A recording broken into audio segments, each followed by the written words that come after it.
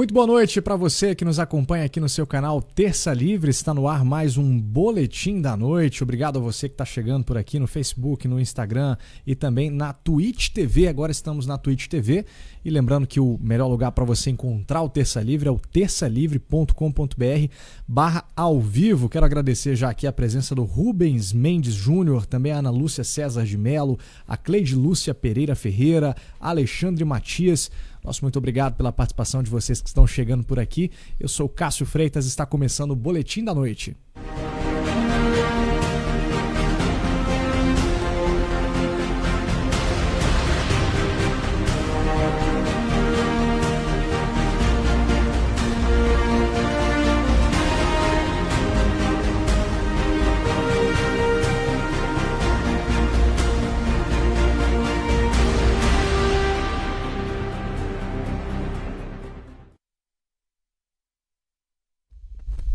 Estamos de volta, está no ar aqui o Boletim da Noite. Hoje, 24 de fevereiro, essa quarta-feira, aqui comigo, Max Cardoso, Ítalo Lorenzon. Muito boa noite para vocês. Boa noite, Cássio. Boa noite, Ítalo. Boa noite, pessoal. Tudo bom? Boa noite, Cássio. Boa noite, Max. Boa noite a todos que estão ouvindo. Muito bom estar aqui com vocês. Muito bem, eu dei boa noite aí pro pessoal que está chegando no Facebook, no Instagram e tem gente já aqui também na Twitch TV. Né? A nossa audiência não para de crescer aqui na Twitch TV. A Sônia, que está aqui com a gente de Mogi das Cruzes, São Paulo, a Sônia Rapa, e também o Leandro DM, também manda um alô para Sinop, no Mato Grosso. Tá aí, um alô para Sinop, legal, no Mato Grosso, nos acompanhando aqui também. Muito obrigado, Leandro. Tem mais gente aqui com a gente, a Rosiana também tá junto com a gente, o Edu Portão, o Bel Júnior, o Anderson 9743, e aí tem um monte de número aqui na frente. A Maria Libardi também, boa noite, do Rio Grande do Sul. Muita gente boa aqui com a gente já nesse início de Boletim da Noite. E nós vamos começar com notícia. Eduardo Bolsonaro não fez sucessor a presidir Comissão de Relações Exteriores. Em fake news de grife, a Veja publicou uma matéria nesta terça-feira afirmando que o deputado federal Eduardo Bolsonaro fez um sucessor a presidir a Comissão de Relações Exteriores. O veículo afirma que, abre aspas, a bancada do PSL na Câmara escolheu hoje o nome do sucessor de Eduardo Bolsonaro para presidir a importante Comissão de Relações Exteriores. Em disputa interna, o deputado príncipe Luiz Felipe de Orleans e Bragança, de São Paulo, derrotou o coronel Armando, de Santa Catarina, por 12-7. O filho do presidente apoiou e articulou a favor do nome de Orleans e Bragança, mesmo não comparecendo à reunião. Bia Kicis e Carla Zambelli o apoiaram também. O líder, Major Vitor Hugo, esteve ao lado de Armando. Na divisão das comissões, esta ficou destinada ao PSL. Ainda haverá votação para definir o nome, fecha aspas, para a Veja. Em contato com o Terça Livre, o deputado federal Luiz Felipe de Orleans e Bragança afirmou que a informação da Veja é falsa. De acordo com Bragança, além de Eduardo não ter feito isto, ele ainda propôs votação em grupo. Perfeitamente, né? E que bom que essa votação aí trouxe o deputado, né, o príncipe Dom Luiz Felipe de Orleans Bragança para a função. Eu diria o seguinte, que o Eduardo, né, sendo a minha primeira opção, né, na composição antiga, Luiz Felipe era a minha segunda, né? E Luiz Felipe é muito, muito versado em política externa. Foi, inclusive, olha essa coisa, cogitado até para ocupar o Itamaraty, na função que hoje é do Ernesto Araújo, né? Foi aventado o seu nome porque ele sempre teve essa ligação aí com as discussões sobre política externa, geopolítica, né? Sempre foi a praia dele, né? Então eu espero que ele faça uma boa função aí, um bom exercício aí na presidência um bom mandato, né? Na presidência dessa importante comissão. Pois é, eu espero, né, ver aí algum comentário. Espero não, né? Não vai ter comentário nenhum. Sobre a fake news da Veja. E aí? Vai ter agência de checagem? Vai ter aos fatos? Vai ter galerinha dos Sleeping Giants? Como é que é? Né? Pegamos em fonte primária, né? Foi o próprio deputado que trouxe a informação pra gente, explicando exatamente o que aconteceu na eleição da presidência dessa comissão. E a notícia da Veja tá errada, é falsa. E não é aquele erro assim de bobeira, né? É aquele erro que faz você pensar uma coisa, imaginar que aconteceu algo, quando na verdade a realidade é totalmente distinta. Então, se é possível definir fake news de alguma forma, isso é o mais parecido com fake news.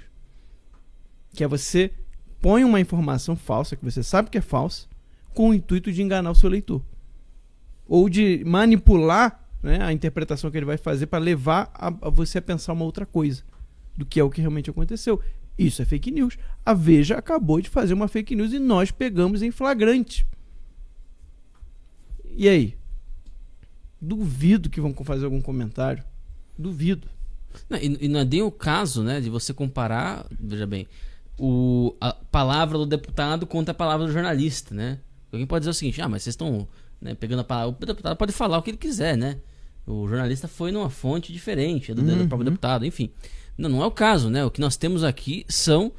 Não estou falando se a conta não está me falhando aqui. São 19 fontes, né? Exato. 19 deputados que podem testemunhar que de fato votaram para escolher o Luiz Felipe, né? Exatamente.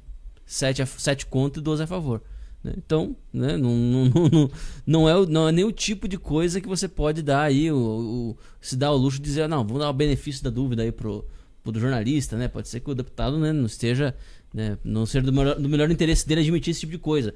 Não é o caso, né?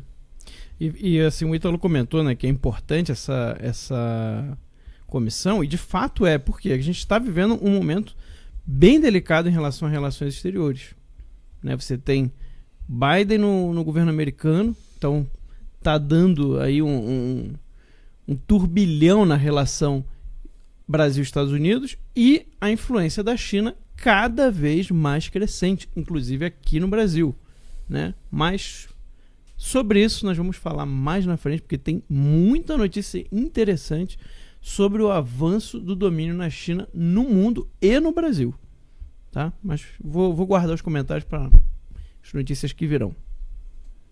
Vamos lá? Muito bem.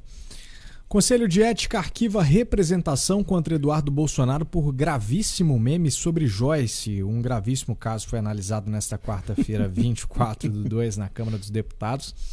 O Conselho de Ética da Câmara absolveu o deputado federal Eduardo Bolsonaro, do PSL de São Paulo, de uma representação por quebra de decoro após a postagem de um perigoso meme envolvendo Joyce Hasselmann, do PSL de São Paulo. Em 2019, Eduardo Bolsonaro usou a montagem de uma nota de R$3 com o rosto de Joyce para dizer que a deputada era tão falsa quanto a nota. À época, Hasselmann havia declarado sem provas que Eduardo Bolsonaro era líder de uma milícia digital. A representação foi apresentada em 2019 pelo presidente do PSL, o Luciano Bivar, alegando que Eduardo Bolsonaro teria ofendido Hasselmann e quebrado o decoro parlamentar.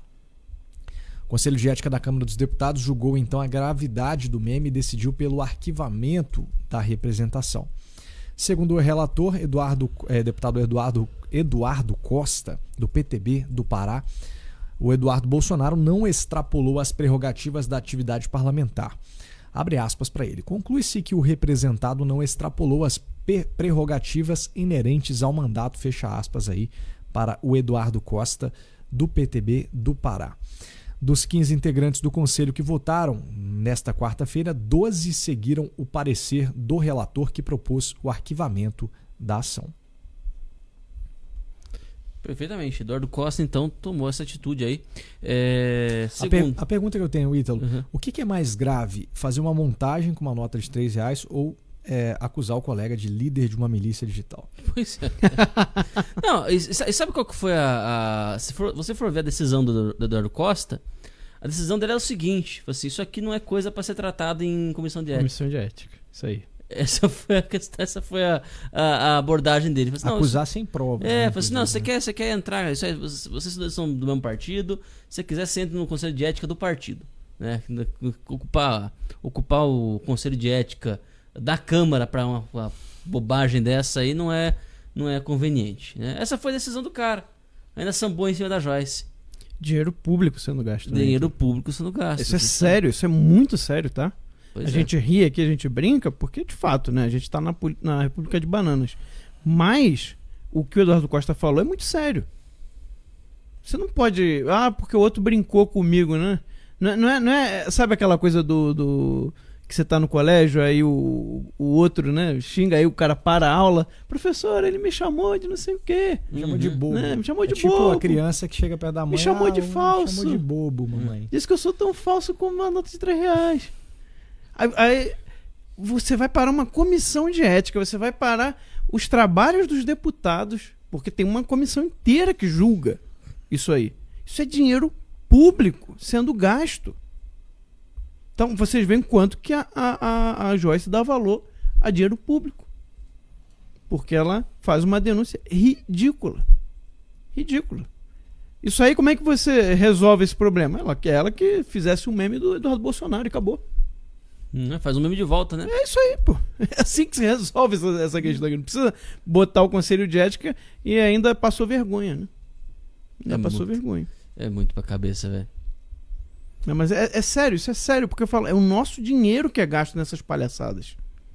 É o seu dinheiro lá suado de imposto, que é muito imposto que a gente paga, que fica pagando aí esse tempo que os deputados gastam para ter que ir lá. Aí o Eduardo Bolsonaro tem que ir lá, tem que se defender.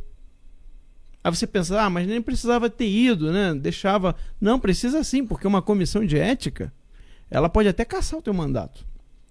Não estou dizendo que isso ia acontecer aqui, não. Mas você não pode dar chance de que cheguem lá, falem o que quiserem e a punição depois você vai ver qual que é, não. Então, quer dizer, se perde tempo de parlamentares com palhaçada. Dinheiro público sendo gasto com bobeira, com besteira. Entende? Então, é uma coisa assim, para mim, isso aqui, o eleitor da Joyce tem que olhar isso, tem que pensar, cara, eu não posso votar numa pessoa que gasta o meu dinheiro com palhaçada dessa. Né? Isso aqui é pra gente pensar mesmo. Exato. É interessante como o americano tem muito mais noção de que cada hora de trabalho... acho que isso é feito como eles estão acostumados a trabalhar por hora, né? Então eles têm noção de que cada hora trabalhada pra fazer bobagem é a hora gasta. É dinheiro jogado fora. É dinheiro jogado fora. Não, pera lá, isso aí teve o funcionário da Câmara que ficou lá, né? Você vai ter tem relatoria. A relatoria, a luz elétrica, né? Assim, você pegar as miudezas, você vai somando, né? O quanto não custou essa brincadeira aí da Joyce? Pois é uma dinheirama, cara. Uma dinheirama. E é nosso dinheiro suado.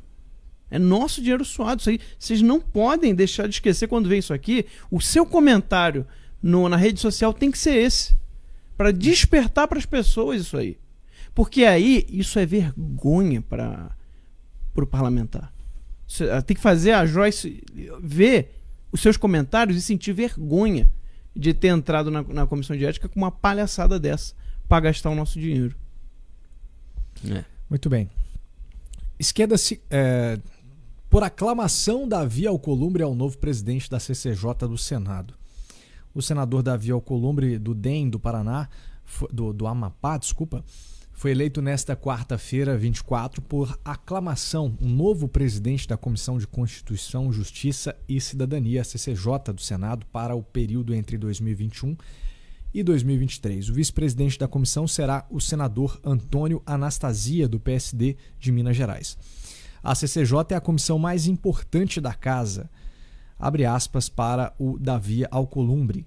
Trabalharemos com afinco para garantir a aprovação de todas as propostas das quais o Brasil precisa para crescer, fecha aspas, tuitou o senador. Então, já que ele falou aí que vai trabalhar com afinco para garantir a aprovação de todas as propostas das quais o Brasil precisa para crescer, eu pergunto para vocês, impeachment de algum ministro do STF vai ser pautado ou não pelo Alcolumbre? Ele já era o presidente do Senado, não pautou. E agora? Presidente da comissão da CCJ. Eu acho que muita gente quer saber disso. Né? Pois é, eu não sei se um pedido de impeachment necessariamente passaria pela CCJ nesse caso. Ah, sim. Entendeu? Okay. Porque a CCJ ela cuida especificamente de decidir previamente se a lei está ou não de acordo com a Constituição. Esse tipo de pedido não passa pela CCJ. Esse tipo de pedido, então. até onde me consta, não passa na CCJ, né? Você teria que entrar direto com o presidente do Senado. O presidente do Senado tem o arbítrio aí de colocar para o plenário ou não. Agora né? o Cajuru já deu a opinião aí, ó. Para ele, a gestão será desastrosa. Só o pessoal tem o Ed Carlos aqui já tá perguntando, mas o que houve com a Bia Kicis? Gente, são duas CCJs, né? A Senado e CCJ Câmara. da Câmara e do Senado. A Bia, como é deputada, ela tá na CCJ da Câmara, né? E pelo visto, né, já tá alinhado já que isso vai acontecer mesmo, né? Isso vai acontecer, já tá decidido já, né? Aí, óbvio, alguma coisa pode acontecer. O Alcolumbre ele foi designado para a CCJ do Senado, que é análoga, né? A CCJ da Câmara tem a mesma função, só que para outra casa, né? Para o Senado. Enfim, é isso, né? De fato, não é uma notícia boa, tá, gente? Isso aí é realmente uma notícia ruim. O Alcolumbre, ele vai ter, por exemplo, a condição de pautar a decisão, pautar a votação ali dentro da CCJ de uma série de leis, de projetos de lei, né? Que vão passar primeiro pelo Senado, né? Alguns passam primeiro pelo Senado e ele vai ter essa capacidade, né, de fazer esse filtro aí, né? Mais uma vez. Não é menos poder do que ele tinha antes, mas ainda assim é um poder considerável. Marx. Bem, foi bom que o Ítalo explicou, essa era uma dúvida que eu tinha. Eu ia até perguntar pro Ítalo, que o Ítalo ele entende um pouquinho mais das normas internas, né? Até esqueci o nome que você dá pra Regimento interno. Regimento interno, exatamente, né? O Ítalo, quando chegou aqui ano passado, né, coisas de bastidores que vocês não sabem, né? Ele ficava enchendo o saco do Daniel Lemos. Daniel, me passa aí um negócio do regimento interno que eu quero ler. Eu vou sentar, eu vou entender esse negócio. Então, como eu sei que ele leu e entende um pouco mais de regimento interno, eu ia fazer essa pergunta, mas ele já se adiantou e perguntou e respondeu. Então, quer dizer, menos mal, eu já dou um ufa aqui sabendo que não vai passar pela mão do Alcolumbre um pedido de impeachment, muito provavelmente, né? A não ser que faça algum malabarismo, também não é difícil que aconteça, mas ainda assim o Rodrigo Pacheco para mim também já sinalizou que dificilmente vai pautar algum impeachment de ministro do STF, então não levantaria muito a bola não ficaria muito animado com isso não. Por outro lado, agora comentando especificamente essa nomeação do Alcolumbre para a CCJ, isso aí só mostra o seguinte: o Alcolumbre ainda está com força dentro do Senado. Ou seja, as articulações continuam acontecendo. Ele saiu da presidência do Senado, rebaixou um pouquinho, mas não rebaixou de todo. Ao contrário do Rodrigo Maia, né? O Rodrigo Maia acabou a presidência da Câmara e virou abóbora, né? Você nem sabe mais dele, né? A pessoa fala Rodrigo Maia, Rodrigo quem? Né? Acabou, ninguém mais fala dele. Ele foi para a irrelevância. O Davi Alcolumbre a gente ainda vai ouvir algumas vezes. É um cargo importante, tá? Apesar de não condicionar uma pauta de impeachment de um ministro do STF, é um cargo importante. Por quê? Porque projetos de lei podem ser barrados na CCJ. Tá? Então, ainda temos um pouquinho aí do reinado do Alcolumbre, né? Ainda restou aí um resquício desse reinado no Senado. Bem, vamos ver o que vai acontecer. A CCJ, pelo que eu entendi, ela analisa as regras, né? Ela pauta, por exemplo, as regras para impeachment, para outros assuntos também, né? Dentro do Senado e quanto da Câmara. Vai ver se está tudo nos conformes, né? Ok. Vamos seguir então. Esquerda se coloca acima do poder executivo e se reúne com o embaixador da China. No último dia 23, líderes dos partidos da extrema esquerda do Brasil se reuniram com o embaixador da China, Yang Wamin, passando por cima do Poder Executivo da República. Abre aspas. Pedimos desculpas pela postura agressiva do governo Bolsonaro em relação ao povo chinês. Para nós, as relações Brasil-China são estratégicas na geopolítica mundial. Fecha aspas, defendeu a presidente do PT, Gleisi Hoffmann. Fomos agradecer a parceria e a disposição do governo chinês em ajudar o povo brasileiro com a vacina, declarou Gleisi. Segundo o site oficial do PT, Yang Wamin agradeceu pela iniciativa dos esquerdistas. O partido ainda afirmou que o embaixador supostamente vê o vírus surgido em seu país como o inimigo número 1 da humanidade, o que deve resultar em uma unidade entre os outros países e a China. Yang Guamin destacou a importância dos dois países, China e Brasil, no processo de multilateralidade mundial, disse o PT. O embaixador da China no Brasil ainda pediu o apoio dos partidos apoiadores nas discussões da aprovação do 5G no país. A atitude dos partidos demonstra uma clara influência esquerdista na política externa do Brasil, o que pode gerar impactos diretos na relação com o poder executivo comandado por Jair Bolsonaro. Engraçado, isso não é ingerência, né?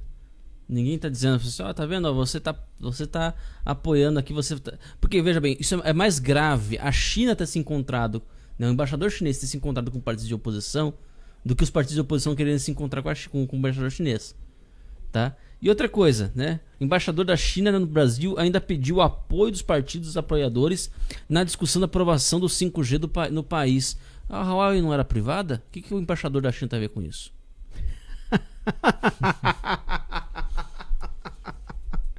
Pega na mentira. Oh. Como assim? Tá valendo agora? Mudou. É que nem aquele outro lá que sumiu. Estatizaram a empresa dele. Depois ele apareceu lá. Exato. Mas não era privada? O cara ainda emprestou o dinheiro, né? Ele emprestou o dinheiro. Né? Emprestou, forçadamente. Aí porque ele deu uma declaração, achou ruim lá. Ele achou ruim, óbvio, né? Porque tu tá suando a camisa lá, tu consegue teu lucro. Aí chegou, ó, esses tanto aqui é meu. Por quê? Porque eu quero. Pois é. Então assim, imaginem vocês o que seria se né, vamos inverter a situação. Né, né, o Trump é eleito nos Estados Unidos, né? Estava eleito nos Estados Unidos em 2016. Sim. Né, em 2017 ele assumiu. Imaginem se o presidente, né, se fosse a Dilma ainda presidente aqui, se o embaixador americano se encontra com o Bolsonaro. E aí? Tá vendo? Interferência, imperialismo americano, interferência. Ingerência americana na política interna do Brasil. Mas a China pode, né? A China pode, né, pedir ajuda de deputados da oposição para uma empresa que supostamente é privada. Mas como assim? Então assim, é muita sem vergonhice, é muita cara de pau mesmo. Cara de pau que define essa história toda aqui. Eu acho engraçado, né? Porque a gente veio nos últimos 2 anos, principalmente. Já em 2018 já começou essa relação toda do PSDB com o Partido Comunista Chinês. Principalmente ali o Dória na frente, liderando essa relação ali totalmente amigável, né? Com o Partido Chinês. Fez um escritório do governo de São Paulo lá na China. Né? Disse que vendeu literalmente São Paulo para a China. Teve contrato com a Band. Você vai vendo o PSDB ali naquela relação com a China ganhando bastante dinheiro, pelo que parece, né? Questão da Coronavac e tudo mais. E aí agora eu acho que o PT acordou. Opa, eu também quero, né? Se o PSDB pode, tem um montão de bilionário chinês por aí querendo investir, querendo, né, fazer alguns negócios, então eu também quero. O PT agora resolveu ir lá conversar com Yang Guamin para ter a parte dele também nesse bolo, né? E aí, novamente, o que eu acho engraçado é que o pessoal do PSDB fica dizendo, né, de Bolsolula, que é Dilma 3.0, né? Todo o pessoal alinhado aí mais ao PSDB tem esse discurso de que Lula e Bolsonaro, PT Bolsonaro é a mesma coisa, né? Então são dois polos e o PSDB está ali no meio. Então se você não quer ser um radical, né, vote PSDB ano que vem, né? E aí não importa quem que vão botar lá, se é o Eduardo Leite, se é o Moro, se é o Dória, o discurso provavelmente vai ser esse. Já estou adiantando aqui para vocês, né? Mas quem que age igualzinho o PSDB? PT. Né? Quem que antes ficava aí revezando no governo? PT e PSDB. Né? Então, quem que está mais parecido na sua atuação? Né? Quem que aí é farinha do mesmo saco? PT e PSDB. Pois é. STF arquiva inquérito contra senador Humberto Costa. A segunda turma do Supremo Tribunal Federal, por 3-2, decidiu nesta terça-feira pelo arquivamento do inquérito aberto contra o senador Humberto Costa, do PT de Pernambuco. O petista era investigado desde 2015 sob suspeita de receber 1 milhão da Odebrecht. O inquérito aberto na esteira da Operação Lava Jato tinha como intuito apurar se o senador petista recebera propinas da Odebrecht. Em troca, a construtora prestaria favores em contratos com a Petrobras para as obras do complexo petroquímico de Suape. A acusação foi feita pelo ex-diretor da estatal, Paulo Roberto da Costa, em delação premiada. Atendendo a recursos apresentados pelas defesas do senador e do empresário Mário Barbosa Beltrão, outro investigado no caso, os togados da segunda turma resolveram arquivar o inquérito contra o senador Humberto Costa. Bom, isso aí não tem muito o que comentar, né? Isso aí é um negócio de falar por si mesmo. Humberto Costa, né? Do PT. Bom, eu não vou fazer nenhum tipo de comentário aqui. Parece ilação. Pode, por mim pode tocar. Se o Max quiser comentar alguma coisa, fica à vontade. Humberto Costa não era o que chamavam de Drácula? Ele mesmo. Isso é a planilha que diz, né? É a planilha. Não sou nem eu, hein? Só tô relatando. Lá tinha lá a famosa planilha do Odebrecht, que tinha também um tal de Botafogo, né? Dizia lá que o Drácula era o Humberto Costa. Mas para o STF não houve provas suficientes, né? Então está arquivado o inquérito contra o senador Humberto Costa. Porque inquérito bom mesmo é o inquérito das fake news. É o inquérito dos atos democráticos. Esse sim é um inquérito ótimo, excelente, que tá tantas provas que você tem busca e apreensão, você tem prisão preventiva, você tem gente colocando aí tornozeleira eletrônica. Porque qual que é a grande evidência? A gente olhou lá os apensos, né? A não ser que tenha coisas que falavam de nós e não estavam lá. E aí seria uma desonestidade. Então, como eu acredito na honestidade do Alexandre de Moraes, então vou acreditar que tudo que tinha nos autos sobre o Terça Livre, ele entregou, né, disponibilizou, como manda a Constituição, o acesso para os advogados. Então lá, o que era a grande evidência com o Terça Livre? Memes, frases no Twitter.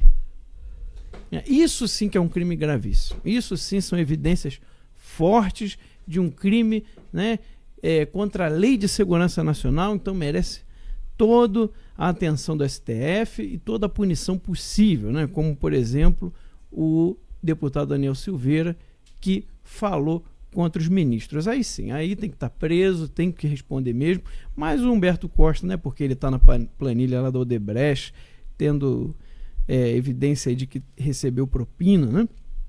Isso aí o STF não acha muito importante nem muito relevante, então está arquivado, né? Como diria aí o jogo de futebol, segue o jogo.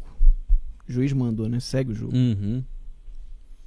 E o Conselho Nacional de Justiça determina o uso obrigatório de flexão de gênero no Poder Judiciário Nacional. Não acredito nisso, cara. Após ser pego em flagrante seguindo a militante de esquerda e agora ex-BB Carol Conká e funkeira Valesca Popozuda, o Conselho Nacional de Justiça, o CNJ, tem o seu mais novo feito em prol às pautas progressistas. Determinou a obrigatoriedade do uso de gênero neutro no Poder Judiciário Nacional.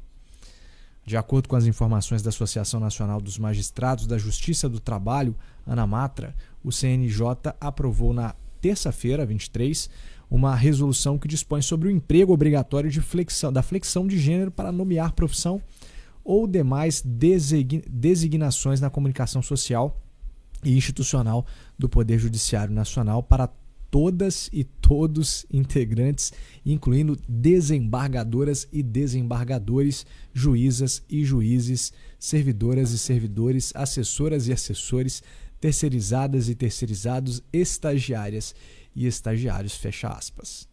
Ainda de acordo com as informações para a juíza Daniela Lustosa, integrante da Comissão Permanente Anamatra Mulheres, o normativo do CNJ reflete a possibilidade de um poder judiciário sintonizado aos melhores propósitos de equidade defendidos no panorama mundial, contribuindo para a tomada de consciência necessária à crença de que existe uma história das mulheres invisibilizada pelo sistema político do patriarcado.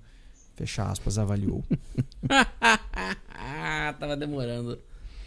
Não dá pra acreditar nisso. Sistema não, político cara. do patriarcado, senhoras e senhores.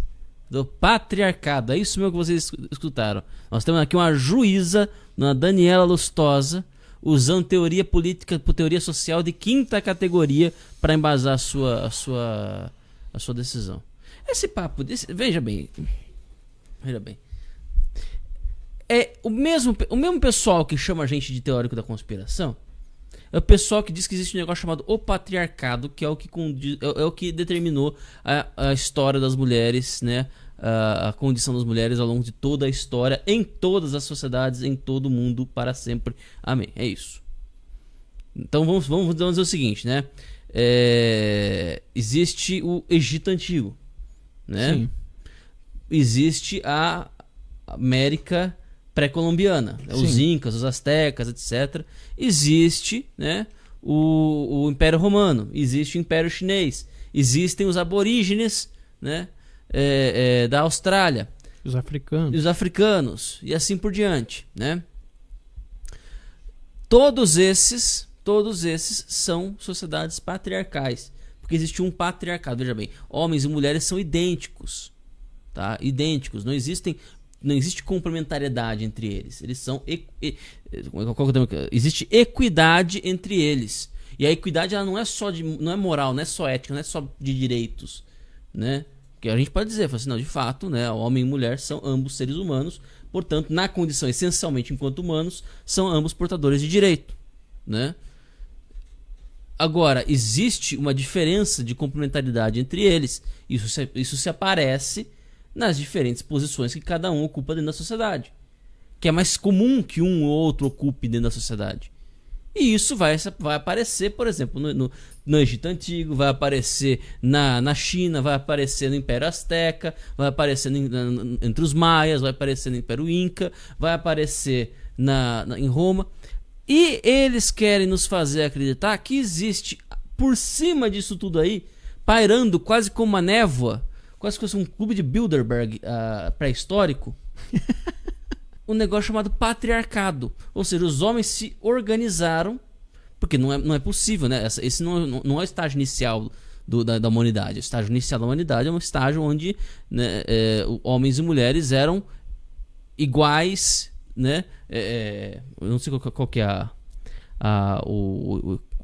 possuem equidade social perfeita. Não havia complementariedade entre eles. Era perfeita igualdade, né? Então, para que esse quadro se modificasse, era preciso que houvesse patriarcalistas em cada uma dessas civilizações. Bom, ou você me diz que essas civilizações, cada uma desenvolveu independentemente a sua própria forma de patriarcado. O que eu vou te perguntar é o seguinte: então por que foi só patriarcado, em algumas não foi matriarcado, né? Porque é o lógico, né? E por que todas desenvolveram o patriarcado, né? Ou então, né, eu só posso concluir que você é a teórica da conspiração mesmo, que existe na sua cabeça, existe, né, uma conspiração entre homens que se juntou um belo dia e falou assim: ó, todos nós vamos fazer o seguinte, a gente vai subjugar a mulher. A gente vai, a partir de agora, todos os postos de liderança política e guerreira vão ser desempenhados pelos homens, né? E a gente vai fazer com que excluir aos poucos as mulheres daqui, desses postos de trabalho.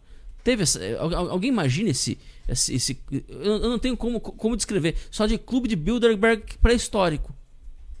É só isso que teve. Um clube de Bilderberg patriarcal pré-histórico. Que maluquice é essa, gente? Isso é coisa de doente.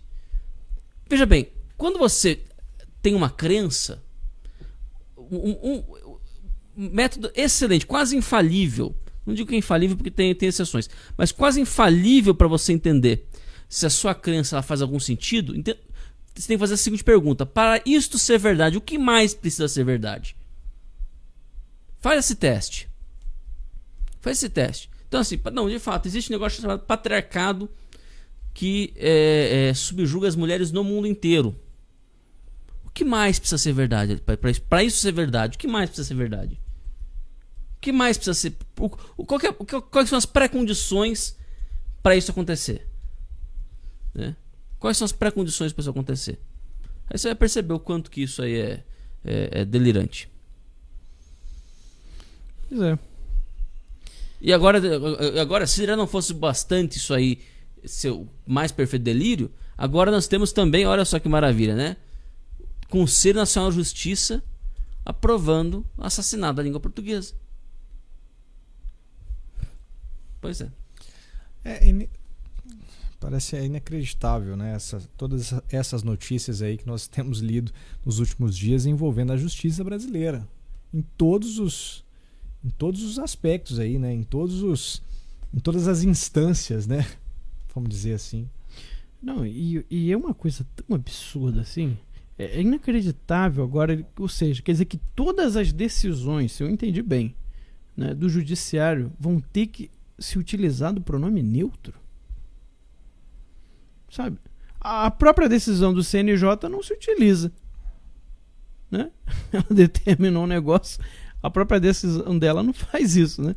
Porque teria que estar aqui desembargadoras, desembargadores, desembargadores, né? Não é assim? Como é que faz? Não sei nem como é que faz esse troço. Mas quer dizer, é um negócio assim tão maluco que você fica pensando, como que chegamos a esse ponto? Chegamos a esse ponto quando lá atrás, décadas atrás, entregou-se, né, as faculdades para os esquerdistas. Só uma correção, Max. Na verdade, o que eu quis dizer é que é preciso usar a flexão de gênero. Significa que você vai ter que usar o masculino e o feminino. Quando você fala todos e todas. Ah, tá. Entendeu? Não é de gênero neutro. Não, então. não é só gênero neutro. Ou ok. não é gênero. Não é de gênero neutro. Porque você vê, tem até que os exemplos, né? Incluindo desembargadoras e desembargadores, juízes e juízes, servidoras e servidores, assessoras e assessores. Não tinha entendido isso. Puta que lá merda. Gente, pelo amor de Deus, no português, o gênero neutro ele é idêntico ao masculino. Exato. Quando você tem duas pessoas de gêneros diferentes, de sexos diferentes, né? Ou duas coisas de gêneros diferentes, você usa o masculino. Por quê? Porque este é o neutro. Este é o neutro. Você não tem o neutro no português. Que falta faz o latim, né? Puta vida. Olha, no latim... Não, e o pior, é uma galera que usa o latim como se deveria saber usar latim, mas não sabe. Não sabe. Nunca teve nem latim 1. Decorou meia dúzia de frases na escola, usa como se fosse assim, nossa, olha como eu sou culto, né? Dormientibus non succurit ius. Não sabe nem o que é nominativo. Não faz Te garanto. Aposto aqui. Olha só, no latim, que é a língua mãe, né, das línguas neolatinas, português, francês, italiano, né, espanhol, né, o catalão, várias outras que são chamadas línguas latinas. Elas vieram do latim. Então você tem que olhar um pouquinho para o latim para você entender melhor a sua língua. Antigamente era obrigatório aprender latim na escola, mas pouco a pouco foram tirando e isso aí colaborou muito para o emburrecimento geral, tá? O imbecil coletivo, um dos motivos também é a falta do estudo do latim. Então, no latim você tinha o gênero masculino, feminino e neutro, que você podia usar, né, livremente. Quando as línguas neolatinas surgiram, como o português, o que eles fizeram? Eles sintetizaram o latim. Né? Eles deixaram o latim mais simples. Era uma língua bem mais popular. Né? E depois foi várias variações e foi surgindo outras línguas, como português, espanhol, italiano, francês. E aí o que aconteceu? No português, assim como no espanhol, o masculino e o neutro se fundiram. Então não tem mais, não ficou 3 gêneros separados, senão que o masculino e o neutro viraram uma coisa só. Então o nosso masculino, ele também é o neutro. Na verdade, o feminino é o gênero marcado. Quando você quer marcar um gênero, ou seja, só tem mulheres, então você vai marcar o gênero. É o que em português, o pessoal que aprende português sabe disso. É o gênero marcado. Você põe o quê? Feminino. Então não tem essa história de que o português é uma língua machista. Não, é muito pelo contrário. Né? O masculino virou um neutro. E o feminino é que é o gênero importante. Por quê? Porque ele é quando você quer marcar que há algo diferente. Né? Então, você usa, quando é gênero marcado, você usa o feminino. Mas parece que as pessoas não sabem mais isso. Sabe? O pessoal que estuda tanto, que devia estudar pelo menos o mínimo ali de latim e não entendeu ainda. O masculino e o neutro no português é a mesma coisa. Por quê? Porque juntou o neutro do latim com o masculino. Né? E aí agora tá falando aí do patriarcado. Daqui a pouco vai vir o gênero neutro também. Né? Esse gênero neutro inventado. Né? Não é o gênero neutro do latim, tem nada a ver. Esse gênero neutro inventado. E aí, o que eu acho engraçado é que as mesmas pessoas que hoje estão defendendo o negócio da mulher, do feminino, não sei o quê, daqui a pouco vão estar defendendo o gênero neutro, que basicamente é uma negação de que o conceito de mulher é real. Que a ideologia de gênero é exatamente isso. Eles fizeram toda essa teoria que o Ítalo explicou, essa teoria social maluca, né, que não tem uma evidência. Né, a evidência é porque todos foram assim patriarcados. Olha, se todos foram patriarcados, a conclusão para mim mais lógica é que há algo na natureza humana para fazer a sociedade se reunir dessa forma, que dá certo. Né?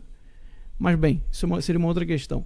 Agora, o que eu acho interessante é esse pessoal que passou décadas acreditando nessa história do patriarcado e aí precisa, né, negócio da mulher, a mulher, daqui a pouco vai vir com ideologia de gênero, que isso já está acontecendo, que a ideologia de gênero vai dizer exatamente o oposto. Não, o conceito de mulher não existe.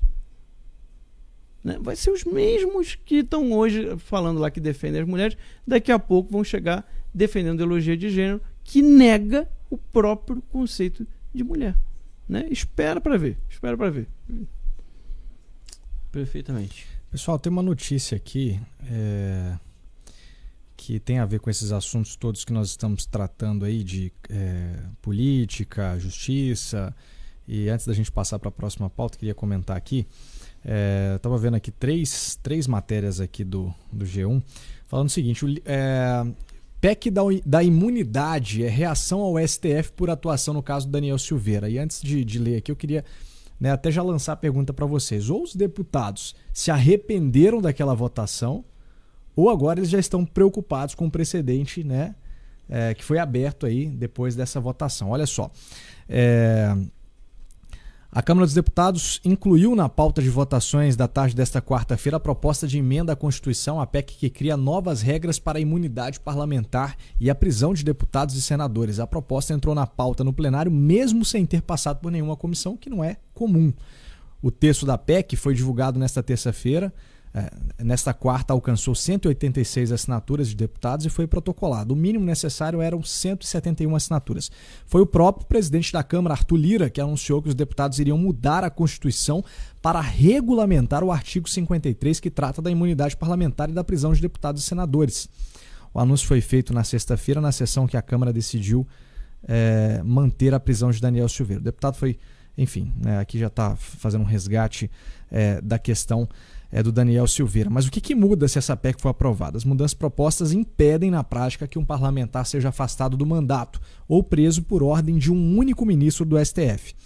Silveira foi preso por ordem do ministro Alexandre de Moraes e depois o plenário do tribunal, por unanimidade, confirmou a prisão. Então a gente tem aqui até algumas análises aí, ó, e já algumas falas. O líder do governo na Câmara, o deputado federal Ricardo Barros, admitiu aí em entrevista à Globo News que a proposta de emenda à Constituição, que discute aí a imunidade parlamentar, é uma reação à conduta do Supremo Tribunal Federal na prisão do deputado Daniel Silveira.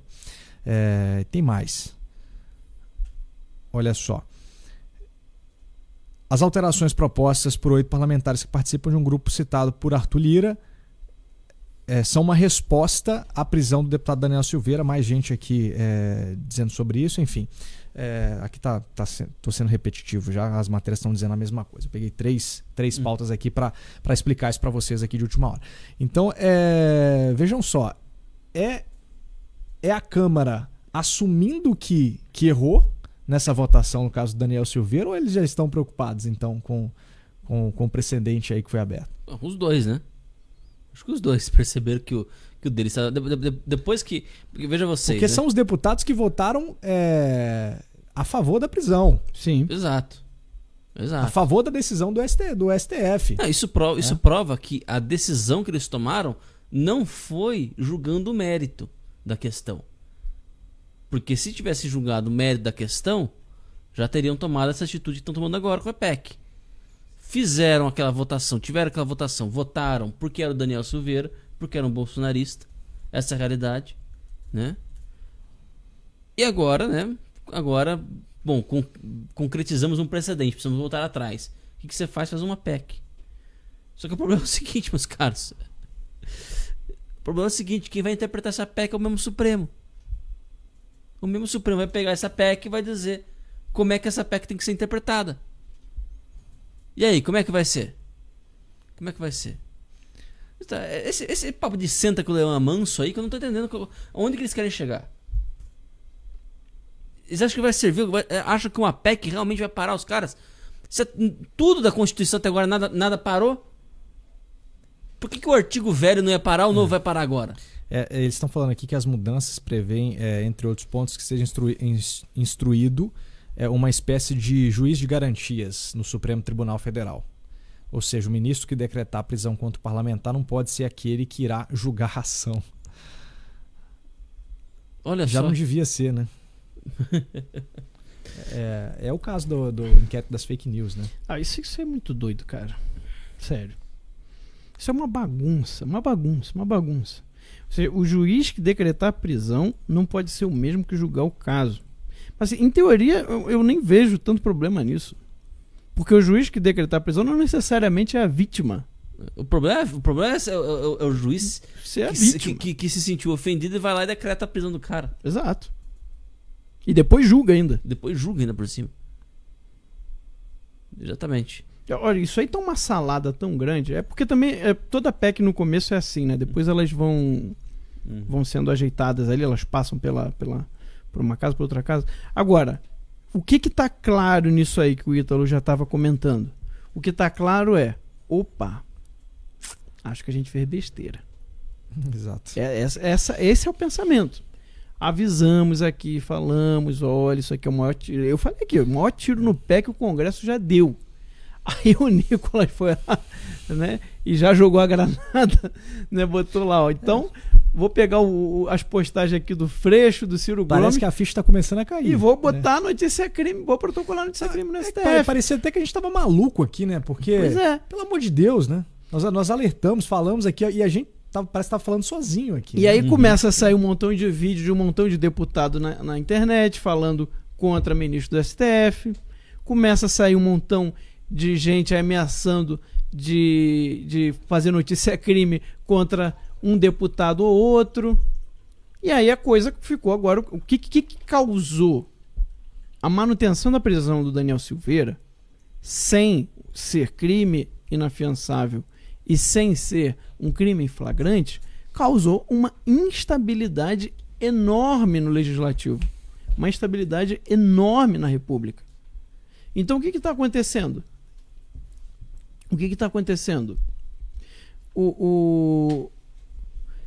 Teve algum probleminha aqui? Desculpa, eu só tô precisando que ligue o cabo do beleza. Porque vai acabar e eu preciso ler a pauta aqui daqui a pouco.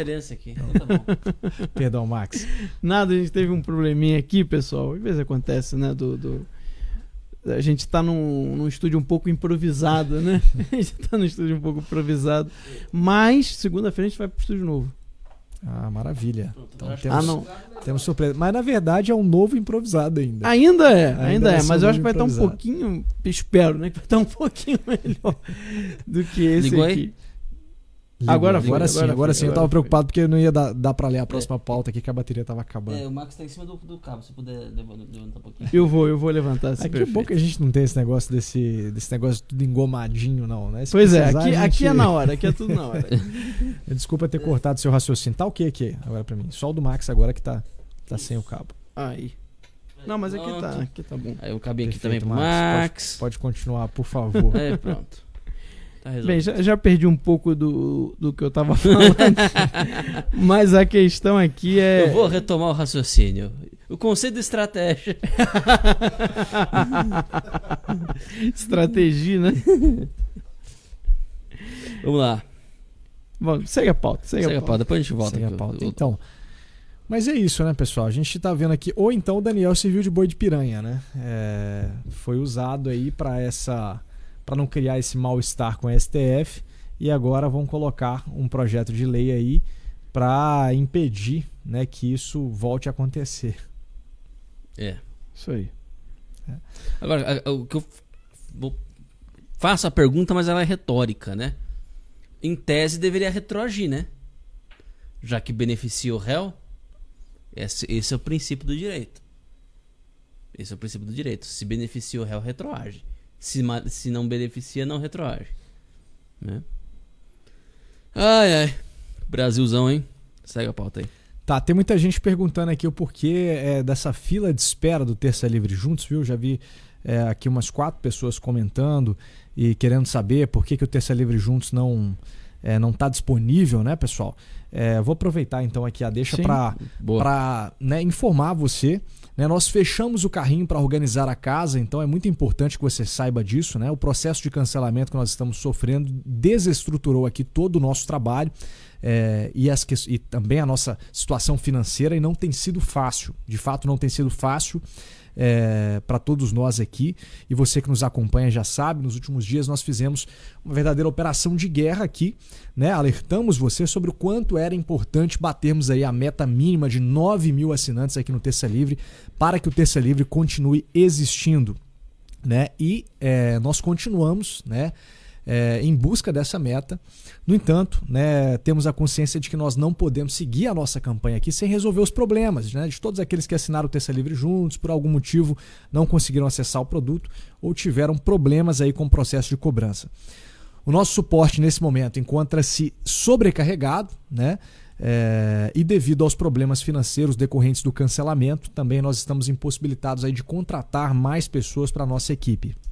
Então, o Terça Livre só se tornou grande graças a você, assinante, né? A gente sabe muito bem disso, é você quem financia o nosso trabalho, e é por esta razão que nós temos essa responsabilidade de resolver primeiro, né, todos os problemas, todas as pendências, né, antes de atingirmos a nossa meta.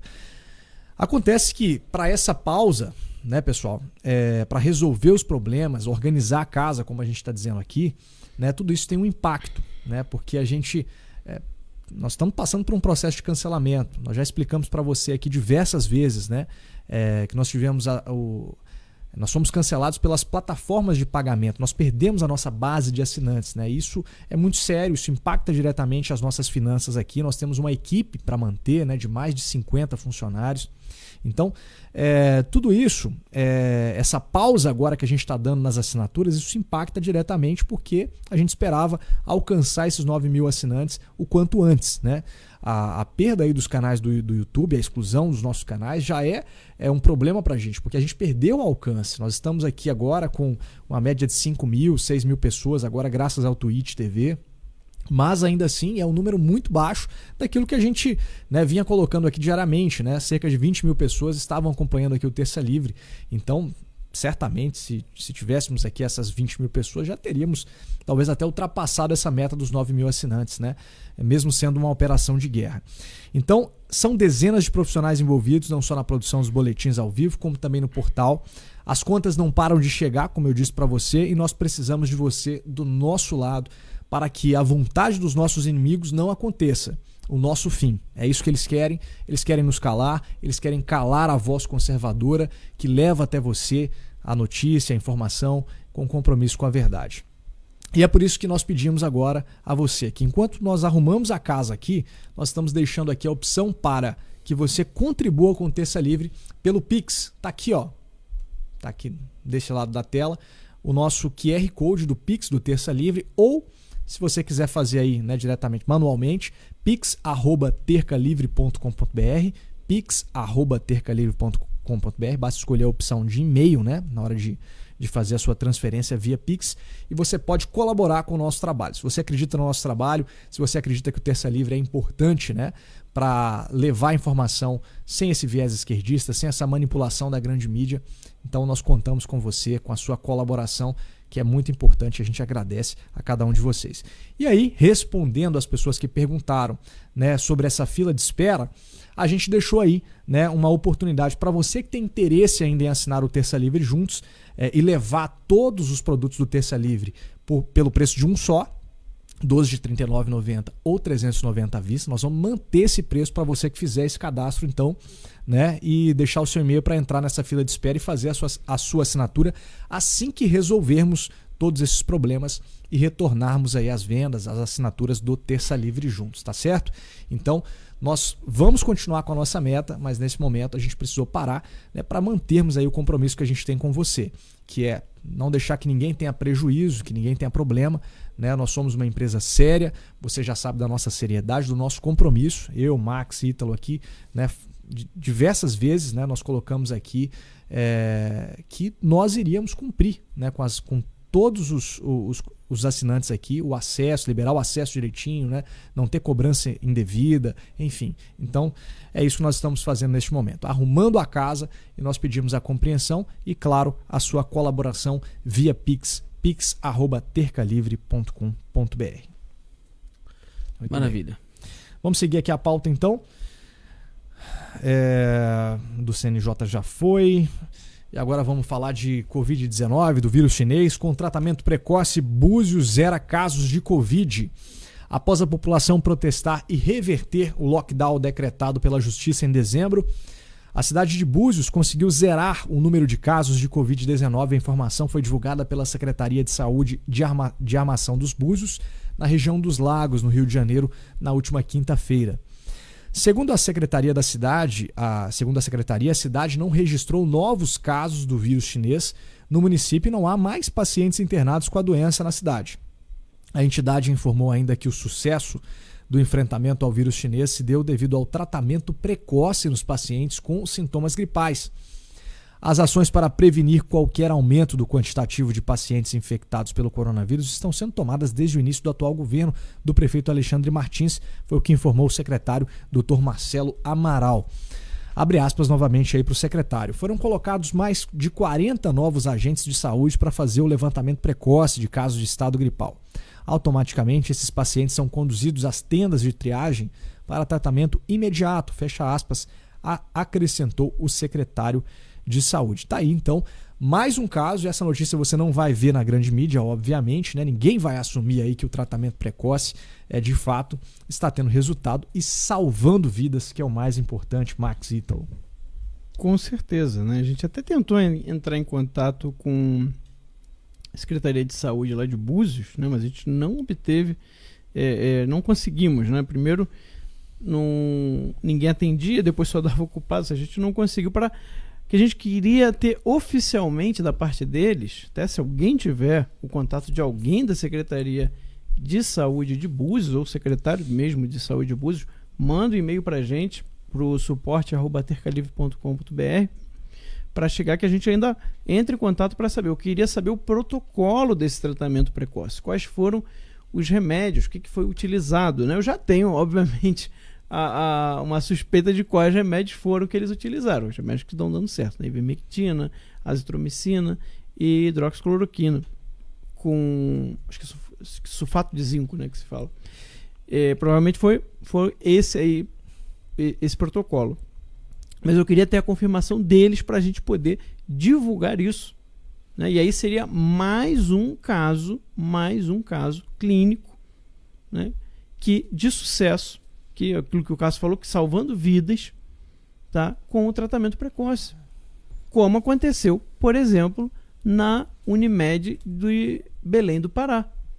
Tá lá no nosso portal tercalivre.com.br. Foi No meio do ano passado, o auge da pandemia deles aí, 55 mil casos tratados com kits de cloroquina.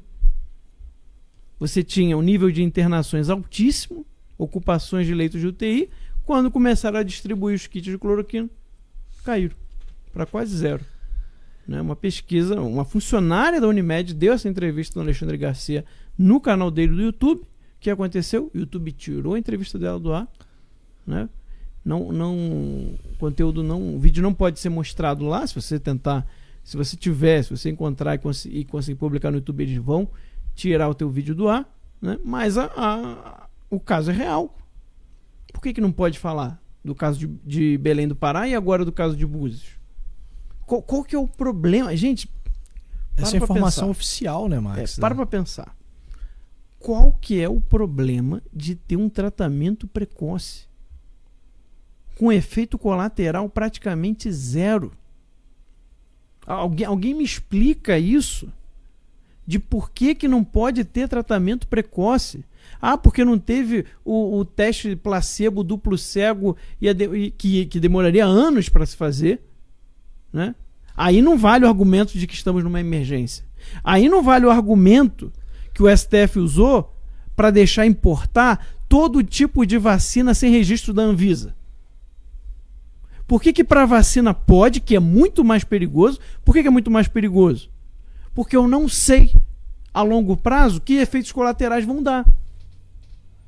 Então é mais perigoso do que usar um remédio que se usa há décadas, que já sabe que o efeito colateral é nulo ou quase mínimo, ou quase nulo. Então vamos dar uma estimativa. É igual da aspirina. Pois é. É igual da aspirina. Pois é. Então quer dizer, por que essa briga de um tratamento precoce barato, com efeito colateral quase zero, que está mostrando vários casos no Brasil e no mundo inteiro, que consegue tirar as pessoas que poderiam ter aí sintomas graves, faz com que elas não precisem ser internadas, não precisem parar numa UTI e, consequentemente, diminui o número de mortes. Alguém me explica essa lógica de por que não pode, por que o tratamento precoce é tão demonizado pela mídia inteira? Gente, não faz nenhum sentido isso. De um lado você tem a vacina, que aí é emergência, aí não, a gente precisa correr, é urgente, não sei o quê. Sem saber eficácia ainda, né? Sem saber eficácia direito, sem saber o efeito colateral a longo prazo, até a médio e curto prazo também, em muitos casos. Porque pulou a fase 3. De fato, né, gente? Eu não consigo entender. Não faz sentido. Não faz sentido nenhum, pelo amor de Deus. Põe a mão na cabeça e pensa, para um pouquinho, põe a mão na consciência e pensa o que está sendo feito, o que estão falando para as pessoas. Divulguem isso. Está lá no nosso portal a notícia, tercalivre.com.br. Divulguem. Lá tem várias notícias sobre tratamento precoce, azitromicina e ivermectina. Vocês precisam divulgar e fazer as pessoas pensarem por que para a vacina vale tudo. A ponto de o Randolph Rodrigues, né, colocou lá que o governo federal, a União, é que precisa cobrir os riscos da vacina. Porque as farmacêuticas já disseram que não vão se responsabilizar por qualquer efeito ruim que a vacina der. E aí agora vão obrigar estados, municípios e a União cobrir os efeitos ruins que a vacina possa dar nas pessoas. Ou seja, mais dinheiro público ainda sendo gasto. Por que isso? Por que toda essa movimentação, todo esse interesse com vacina? E o tratamento precoce nem se pode falar? Não se pode cogitar a possibilidade de que, se deu certo em vários lugares, pode realmente funcionar? Aí tem que esperar anos para ter... Sabe? É cada coisa absurda que estão jogando na cabeça das pessoas, que é lavagem cerebral, porque é repetido todo dia, toda hora. E as pessoas estão acreditando, estão comprando essas histórias sem pensar. Não para pensar no negócio. Pô, por favor, gente, vamos divulgar essas informações, vamos questione as pessoas. Por que para uma coisa pode e para outra não? Não faz nenhum sentido o que está acontecendo. Agora os Sleep Giants comprou aí a luta de ir contra o tratamento precoce. Qual que é o intuito? Gente, a vacinação é um mercado, agora, nesse momento, no mundo, ela é um mercado trilionário. E aí você se pergunta, será que não há algum interesse nesse sentido de lucrar e lucrar muito? Não precisa... acho que não precisa ter nem 10 neurônios para perceber qual é a resposta disso. Né? Ô Max, e aí não tem nenhum questionamento, olha só, teve um movimento, né? É um manifesto criado por médicos. Esses médicos... Mais de 2 mil médicos. Qual seria o interesse desses médicos em defender um tratamento precoce? Mais de 2 mil médicos. Se não o que eles estão vendo de fato na prática médica, na prática clínica. E esses médicos fizeram esse manifesto, foram lá nos jornais, pagaram, porque é o único jeito.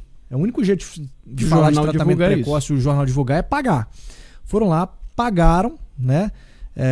Folha, Jornal Globo, Estado de Minas, Correio, o Povo Online, a Gazeta, pagaram para colocar lá esse manifesto, né, em favor aí do tratamento precoce.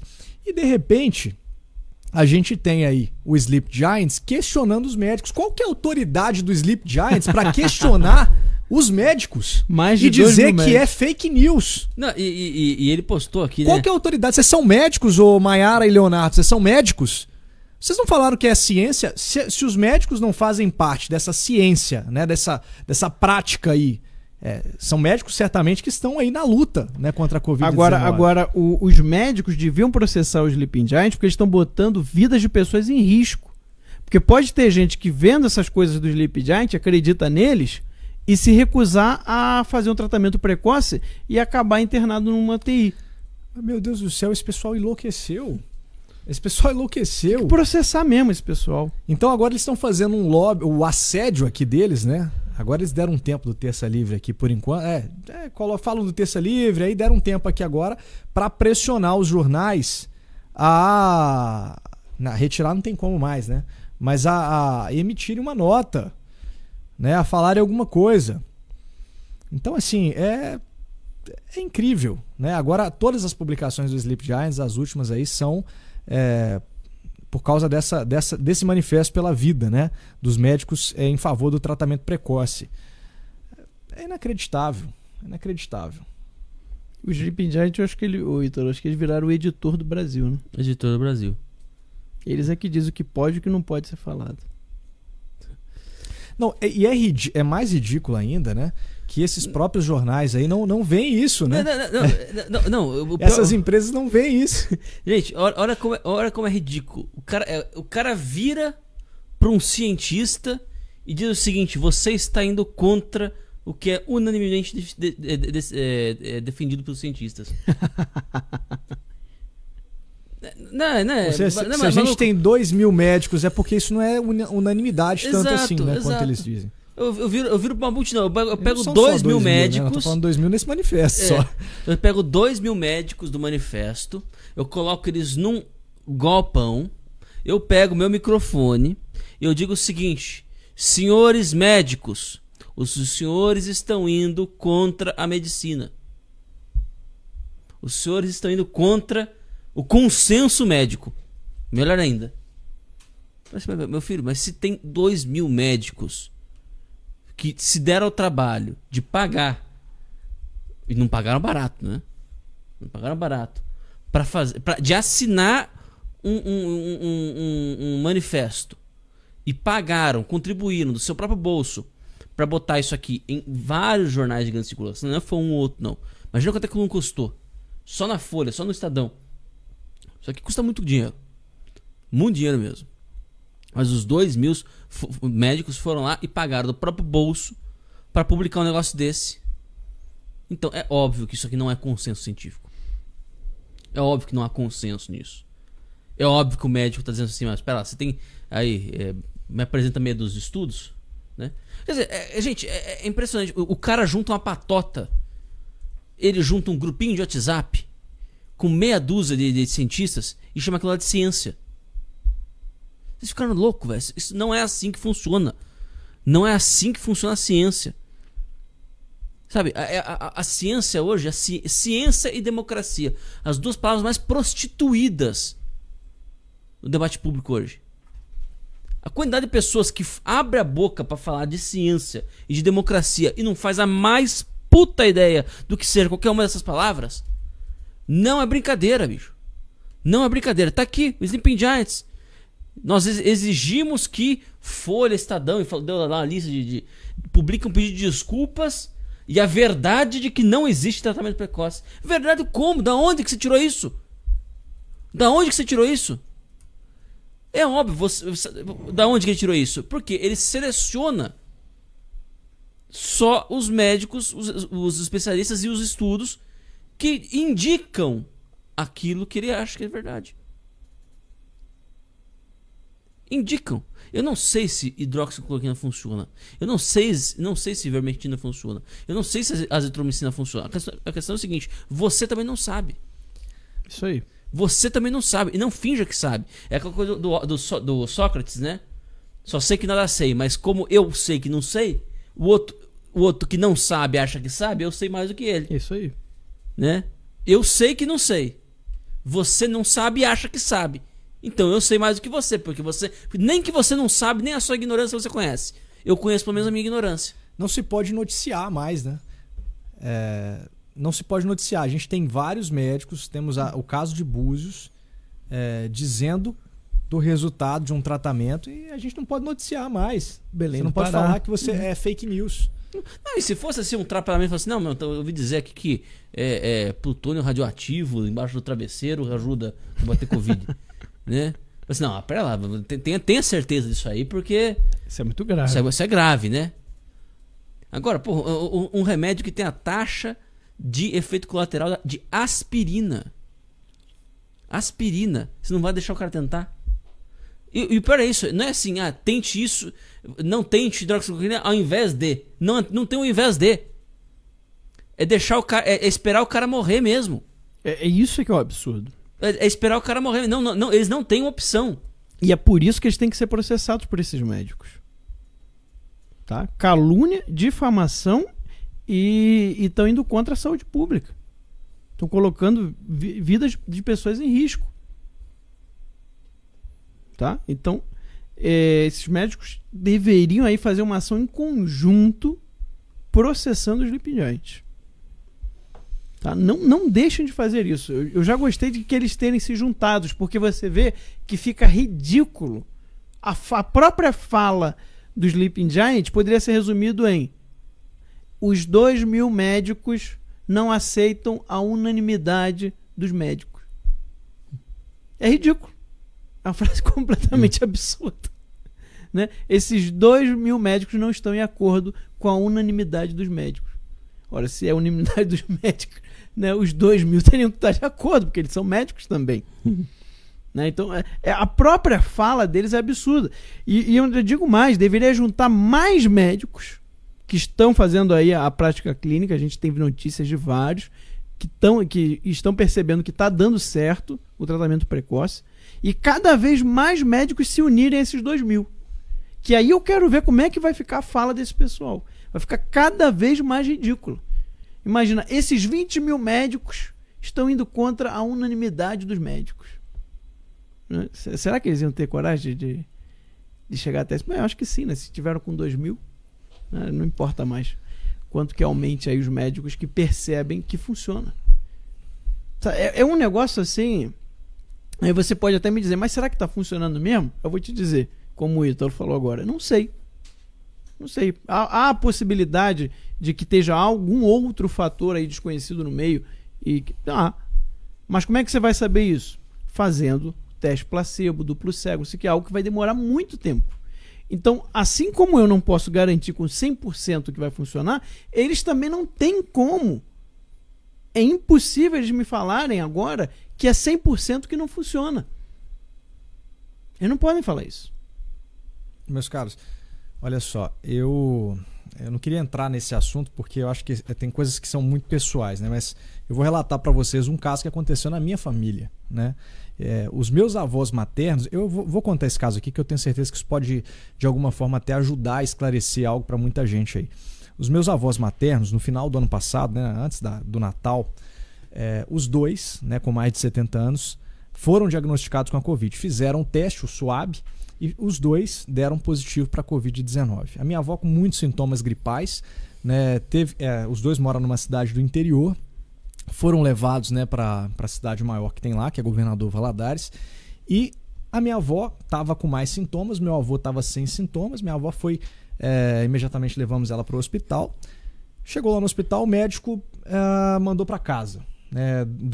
O médico lá, não vou citar o nome aqui, mas daquele tipo de médico que também não aceita o tratamento precoce. E a minha avó começou a piorar.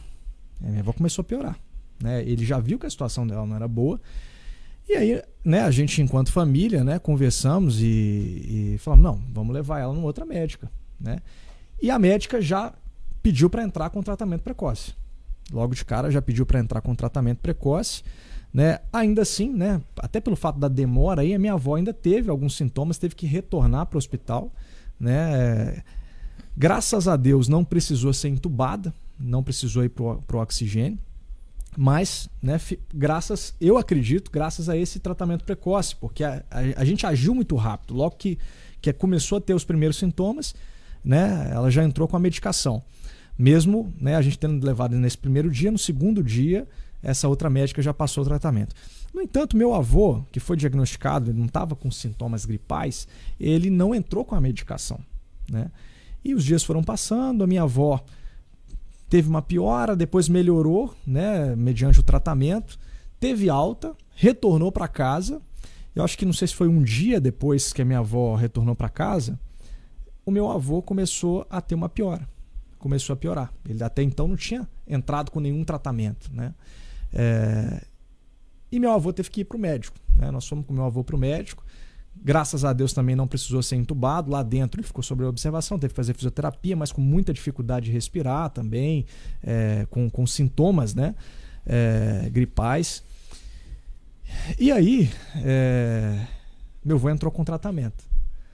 Logo que ele entrou com tratamento, a gente foi vendo a melhora dia após dia. Estão bem os dois. Todos os dois bem, todos os dois em casa. O jeito que a conversa estava indo aí, eu não sei. Eu tava aqui. Eu não sei, não. Mas graças a Deus, né? Mesmo não tendo demorado um pouquinho, e meu avô teve complicações até piores do que a minha avó, né? Passou por uma situação muito delicada. A gente ficou muito apreensivo. Eu vi a hora que o pior poderia ter acontecido, apesar deles não terem sido entubados, mas essa idade a gente já sabe, meu avô já não tem o baço, foi operado de baço, retirou o baço já muito jovem, então a gente tinha uma preocupação, né, ali com eles, e nossa família rezando, todo mundo colocando ali nas orações e, é claro, buscando informação o tempo todo, conversando com amigos médicos, né, não aceitando a opinião de um médico só, né, que infelizmente a gente ainda tem muitos ainda que o cara viu que ela tinha todos os sintomas, tinha o exame lá com positivo e mandou para casa. E não mandou tomar nenhum remédio, mandou tomar, se eu não me engano, remédio de dor de cabeça, Tilenol.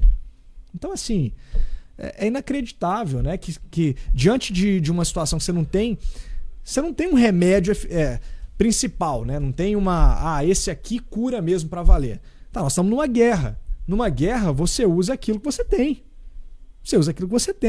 Então, assim, a gente tem aí a experiência de diversos médicos dizendo que o tratamento precoce tem tido resultados. Por que não utilizar, então? Se esses medicamentos têm um efeito colateral muito baixo, baixíssimo, né? A gente ainda ficou naquela apreensão se usava hidroxicloroquina ou não, mesmo tendo opinião de médico, por conta de problemas cardíacos, mas muito mais o que eu percebi foi o seguinte, né? Aí você vê a apreensão da família, hoje eu posso dizer isso com tranquilidade, que graças a Deus minha família tem consciência de que o tratamento precoce foi muito importante aí no caso dos meus avós. Mas a gente vê que toda essa questão da mídia, o que você falou, essa lavagem cerebral, isso mesmo para as pessoas que têm uma certa consciência, isso traz uma preocupação, porque no momento que você está enfrentando a doença ali, Né? O momento que você fica com medo, porque já disseram que a hidroxicloroquina causa arritmia cardíaca, causa não sei o quê. E a gente vê até médicos cardiologistas, arritmistas, eu cheguei a ver, dizendo que não tem nada disso, né? Que assim, são raros os casos, né? Enfim, eu tenho um conhecido meu lá, por exemplo, também, que teve a Covid também e tratou com hidroxicloroquina. Ele tinha problema de coração, mas o que o médico fez? Ele deu um anticoagulante. É claro que ninguém precisa se automedicar. Procure um médico, né, que é a favor do tratamento precoce, que vai ter uma prudência ali para te indicar um tratamento adequado para você. Né? A gente não está aqui falando para você usar remédio A ou B ou C ou D. Né? Isso é o médico que tem que definir. Agora, um médico que passa para você, diante de uma situação, de uma doença, que a gente sabe que é uma doença que gera complicações, é uma doença grave. Ela é grave para certos grupos de risco, né? E principalmente pessoas aí idosas, né? Pessoas que têm acima de comorbidade, 60 né? anos e pessoas que têm comorbidade. Então, assim, é isso. Desculpa me estender um pouco mais. Eu nunca tinha comentado sobre esse caso, né?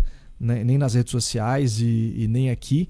Mas eu acho que diante dessa gravidade, dessa situação que a gente está vendo, uma campanha, né, de grupos como Sleep Giants e outros, fazendo uma campanha. Talvez essas pessoas não tenham passado por uma situação, né, como essa.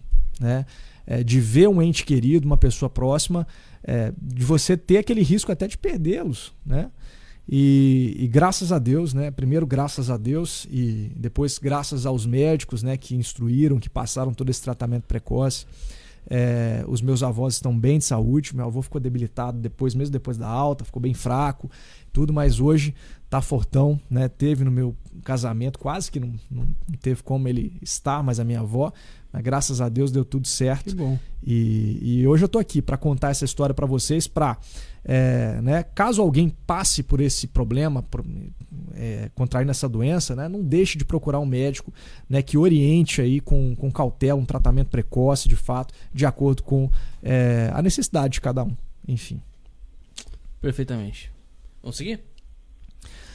Vamos de pauta então. Dória decreta toque de recolher em São Paulo. A gente já tinha adiantado essa notícia aqui. Eu estou desconfiado que o Pedro veio embora para Brasília por causa disso. O Pedro está aqui com a gente já. Né? É a segunda vez. Eu acho que toda vez que o Dória ameaça decretar ali, ele já está vindo aqui para Brasília e já está conosco aqui o Pedro. Esperto, velho. O governador do estado de São Paulo, João Dória, do PSDB, informou durante coletiva de imprensa na tarde desta quarta-feira as novas regras de circulação durante um período determinado da pandemia do novo coronavírus, o Covid-19. O toque de recolher terá início a partir de sexta-feira, entre os horários das 11 da noite e 5 da manhã. A medida terá validade até 14 de março. O gestor paulista justificou a ordem com o recorde de internações do Covid-19. Aí então o Dória... na verdade, ele está decretando na palavra, né? É isso mesmo? O Dória sempre faz isso. Isso já é praxe já do Dória. Não tem decreto ainda. Olha a sacanagem do cara. Ele foi, anunciou, mas se você vai lá tenta entrar com um pedido para ver o decreto, não tem decreto nenhum. E não é a primeira vez que ele faz isso. Ele faz isso mesmo. Ele joga, né? Deixa eu jogar, vou testar aqui. Vamos ver se a rejeição vai ser muito grande e tal, né? Se for aceitável, né? Se ele achar que for aceitável, ele vai lá e mete o decreto mesmo assim. Só que o que acontece? Você impede que você... Isso é uma estratégia muito sacana, porque daí você impede, você faz a declaração pública e você impede de... como não tem o decreto, não tem o fato, né? Não existe como o cara entrar com mandado de segurança... Como um deputado da oposição, por exemplo, entrar com mandado de segurança, entrar com um pedido, né? Enfim. Não tem como você entrar com nenhum tipo de atitude contra isso. E aí, a hora que ele botar o decreto de fato, aí você consegue entrar. Mas entre esse ato aí, né? Você já confundiu a base, já bolou o meio de campo já. Então é muito sacanagem. É muita sacana esse Dória, velho. Não é pouco, não. Não é pouco, não. Só corrigindo, não me lembro aqui se eu disse arritmologista, viu? Eu falei, acho que é arritmista, né? Arritmista deve ser outra coisa, que mexe com ritmo. Né? Não, ritmista. Eu acho que eu disse arritmista. Mas é arritmologista, né? Só corrigindo. Eu botei Pode falar? Sim. Eu botei o vídeo do Douglas Garcia, né? O deputado, o PH. Eu não sei se dá pra mostrar por aí. pelo Twitter dele, que o vídeo tá muito legal, tá até bem humorado também, acho que dava pra gente mostrar aqui pro pessoal. Porque o que acontece? Ou seja, o Dória, ele faz de praxe já, ele já tem essa praxe de anuncia o decreto, faz todo o anúncio, já diz como é que vai ser, quando vai ser e tudo. Só que nem o rascunho do decreto existe ainda. Sabe o que isso significa? Que a Alesp não tem como debater sobre o decreto dele. Gente, isso é muito absurdo. Os deputados, eles não conseguem nem sequer estudar o decreto, saber lá o que contém ali, quais são os pormenores, como que se pode impugnar alguma parte ali do decreto, que, né, por exemplo, aí fere claramente a liberdade de ir e vir, que é garantida pela Constituição. Ou seja, você não consegue fazer nada. Por quê? Porque ele provavelmente só vai lançar no dia mesmo, né? E aí já começa valendo e a Alesp vai ter que correr atrás para tentar fazer alguma coisa, né? Dá pra gente colocar aí? Será que o áudio sai? Fala pessoal, deputado Douglas Garcia aqui, estou chegando aqui agora na Assembleia de São Paulo. Apesar de estar com o joelho operado, cirurgia e tudo, eu tive que vir para cá, né, quebrar os protocolos, não seguir a orientação médica, porque o governo do estado acabou de anunciar que vai fazer essa palhaçada aí de toque de recolher. Decreta a restrição de circulação das pessoas das 23 horas, das 11 horas da noite até as 5 horas da manhã em todo. Eu irei travar todos os projetos do governo, seja nas comissões, seja no plenário da Assembleia Paulista. Eu irei trabalhar contra este decreto inútil que o governador trouxe e que nem sequer ainda foi publicado, Coronel Telhada. Eu liguei hoje no Palácio dos Bandeirantes, pedi para o jurídico do Palácio dos Bandeirantes passar sequer o esboço ou o número, alguma coisa nesse sentido. O governador acabou de anunciar que baixou um decreto relacionado à questão do toque de recolher, que vai passar a valer das 23 às 5 horas. Você está ciente a respeito desse decreto? Ele acabou de anunciar, não é? Ele anunciou. Nós aqui ainda não. Ainda não estão cientes. Exatamente o quê? Eu gostaria de saber, por exemplo, qual o número desse decreto, para eu poder já trabalhar em cima dele aqui na Assembleia. Né? Me responderam que não tem, que não existe, que não sabe sequer daquilo que eu estava falando. Então deixa eu ver se eu entendi bem. O governador, ele foi em rede nacional, anunciou um decreto novo para o estado de São Paulo e como passaria a funcionar a situação no estado de São Paulo, mas esse decreto ele ainda não existe nem de fato e nem de direito. Ele apenas anunciou que faria, mas a gente não tem nada a respeito desse decreto, só... Ainda não tem a publicação. Ou seja, mostra o despreparo desse governo, o despreparo de João Dória. João Dória, ele é um incompetente, porque ele fala na imprensa que está fazendo algo, que está trazendo um decreto, mas esse decreto não existe, não tem um projeto, não tem um esboço. Isso impede a Assembleia de São Paulo de trabalhar, se debruçar sobre o tema e a população de se preparar. Como é que a população vai se preparar sobre algo que não existe? São 645 municípios que estão sendo desrespeitados por parte do governador e que nós precisamos tomar uma posição. E além disso, senhor presidente, eu estou entrando com um projeto de decreto legislativo nessa casa, se contrapondo para assustar os efeitos deste decreto que traz esse toque de recolher, e estou ajuizando uma ação no Tribunal de Justiça para derrubar, e no Superior Tribunal de Justiça também, para derrubar este decreto do governador. Esse decreto é inconstitucional. O direito de ir e vir, ele é fundamental e precisa ser respeitado. As liberdades individuais do cidadão paulista precisam ser respeitadas. Estou entrando com este decreto legislativo aqui, vou trabalhar para que ele avance na Assembleia de São Paulo, vou travar todos os projetos do governador na Assembleia de São Paulo, vou entrar com uma ação judicial contra o governador do estado de São Paulo, mas os abusos cometidos por parte do PSDB, por parte do governador João Dória, que é um amante sim de regimes ditatoriais, como já provou ser, arrastando as pessoas nas ruas, tirando seu direito de ir e vir, impedindo as pessoas de trabalhar, amante do autoritarismo, do totalitarismo, bolsonarismo, amantes de tudo aquilo que não presta, nós não iremos aceitar os ataques do governador à população paulista. E é por isso que todas essas ações nós estamos tomando hoje, senhor presidente, e nós não vamos nos calar nos ataques deste governador, que mais uma vez eu provo aqui, é um incompetente, não está seguindo a ciência, não está seguindo a saúde, está seguindo interesses exclusivos próprios e de uma agenda nefasta de calar a população paulista e tirar de nós os nossos direitos fundamentais. Muito obrigado, senhor presidente.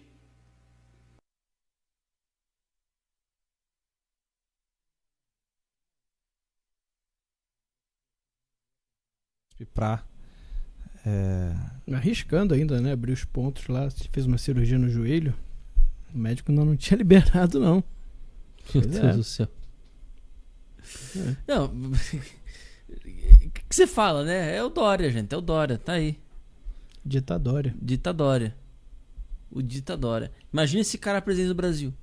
Nossa. Imaginem esse cara presidente do Brasil. E olha, o deputado o Coronel Telhada pedirá o impeachment de Dória outra vez. Cidadão não aguenta mais, foi o que ele disse. O deputado se posicionou contra o toque de recolher decretado pelo governador João Dória nesta quarta-feira. Ao fazer o uso da tribuna da Assembleia Legislativa de São Paulo, a Lesp, o Coronel Telhada afirmou que os cidadãos já não aguentam mais as medidas autoritárias do governador.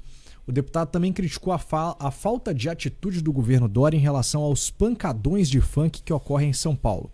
Abre aspas para ele. Algumas atitudes dele beiram o ridículo. O toque de recolher, é uma dessas atitudes. Vemos que isso é uma ação simplesmente para encher o saco da população. Queria pedir um favor ao governador, já que ele tomou essa atitude, que ele acabe então com os pancadões que ocorrem em todo o estado, fecha aspas aí para o Coronel Telhada, que está pedindo aí o impeachment, que pedirá, né, o impeachment do governador João Dória. Pois é, vamos ver, né? A gente está aí ainda na expectativa de quem vai ser o novo presidente da Lesp, né, Ítalo? Uhum. O mandato do Cauê Macris acabou, né? E estamos aí na expectativa aí para ver quem é que vai ser o sucessor. Cauê Macris que, né, foi responsável aí por blindar o Dória, né? Foi, né, fez o serviço aí sujo de um chefe de um presidente legislativo, né? Que blinda o executivo contra todas as propostas de impeachment, né? Enfim. Porque há muitas denúncias, tá, gente? Há muitas denúncias sobre questão aí de covidão, de superfaturamento, toda aquela questão dos respiradores, compra de respiradores, ou seja, tem muita coisa aí que precisa ser investigada, que foi feita no governo Dória, com a desculpa de combate ao coronavírus. Tá? Então tem muita coisa esquisita, a gente já deu uma olhada nos pedidos de impeachment, em evidências que tem ali de superfaturamento de compras de respiradores em São Paulo, que são evidências bem claras, tá? São evidências bem claras, você vai ver respiradores que custam aí 5 vezes acima 6 vezes acima do preço normal, né? Coisas bem absurdas mesmo, e isso aí nem sequer foi colocado em pauta da Alesp para ser votado. Por quê? Porque o presidente da Alesp, o Cauê Macris, não deixou, né? Ele fez essa blindagem aí do Dória. Então a gente espera, a gente está rezando a Deus para o novo presidente da Alesp poder pelo menos pautar, para que o Dória pelo menos seja investigado. Se ele cometeu algum crime ou não, não sei, mas que há coisas esquisitas ali, há evidências de um superfaturamento, há. Tanto que os deputados já protocolaram pedido de impeachment na Lesp. Então, que pelo menos esses pedidos sejam votados, seja investigado e seja esclarecido tudo isso, para tirar qualquer dúvida aí que possa pairar, não é? Eu acho que se o Dória quer, né, que ninguém tenha dúvida sobre a conduta dele, ele inclusive deveria mandar eles investigarem mesmo. Se você tem certeza da sua inocência, você manda logo, não, então investiga aí, pode investigar, vocês vão ver que não tem nada demais. Então, que pelo menos o novo presidente da Alesp possa nos permitir saber o que de fato aconteceu e acontece no governo de São Paulo. Pois é. Muito bem. Vamos avançar aqui na pauta então. PM e PF prendem mais de 1 tonelada de maconha e levam 2 vagabundos em cana. Policiais militares do 3º Batalhão de Polícia Rodoviária do Estado de São Paulo e federais apreenderam mais de 1 tonelada de maconha na carroceria de um caminhão na rodovia Euclides da Cunha, em Cosmorama, São Paulo. A ação aconteceu na terça-feira e rendeu também a prisão de 2 traficantes de drogas. As equipes realizavam um patrulhamento de rotina na rodovia que faz divisa com o estado do Mato Grosso do Sul, quando avistaram o caminhão e decidiram abordá-lo. Durante vistoria na carroceria, os policiais encontraram cerca de 1 tonelada de maconha distribuída por 57 fardos. A droga estava escondida embaixo de madeiras. Os criminosos foram conduzidos à delegacia da Polícia Federal, onde permaneceram à disposição da Justiça. Tá aí, pronto, né? Parabéns aí à polícia pelo trabalho, né? Menos 2 na rua em circulação. Exato. E vamos para a pauta internacional. E não são suspeitos, tá? São vagabundos mesmo, tá, gente? Suspeito também é óbvio. Só Só que um adendo, né, sobre isso aí, que tem uma questão importante. Vocês vejam que fizeram a comissão da cannabis medicinal. Né? Era uma comissão que estava debatendo o plantio de maconha para ser usado em fins medicinais. Ou seja, você permitiu o plantio. Qualquer um poderia plantar maconha. Isso foi feito... Vocês lembram aqui, ano passado, nós lutamos muito contra isso.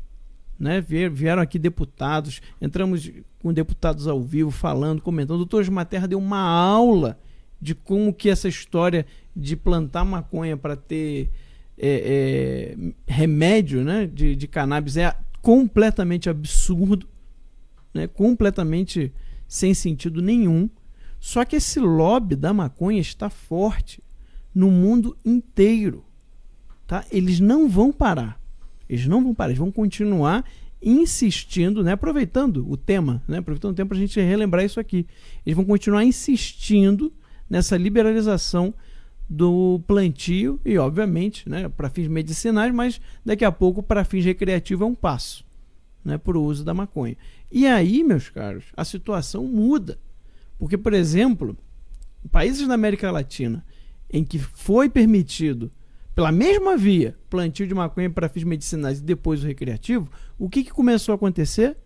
Começou a se utilizar o princípio ativo da maconha em outros produtos. Então você tinha bolo de maconha, doce de maconha, ou seja, você ia na mercearia, você ia comprar, né, no mercado e você tinha lá vários produtos com o princípio ativo da maconha adicionado neles.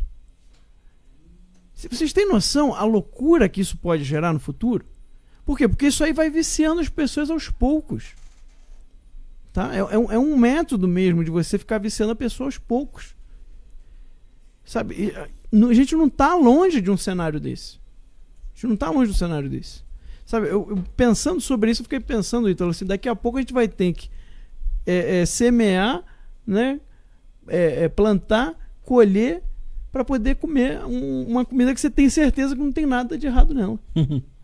Daqui a pouco a gente vai ter que fazer isso. Não tenha dúvida. Se já não estamos nesse ponto já, né?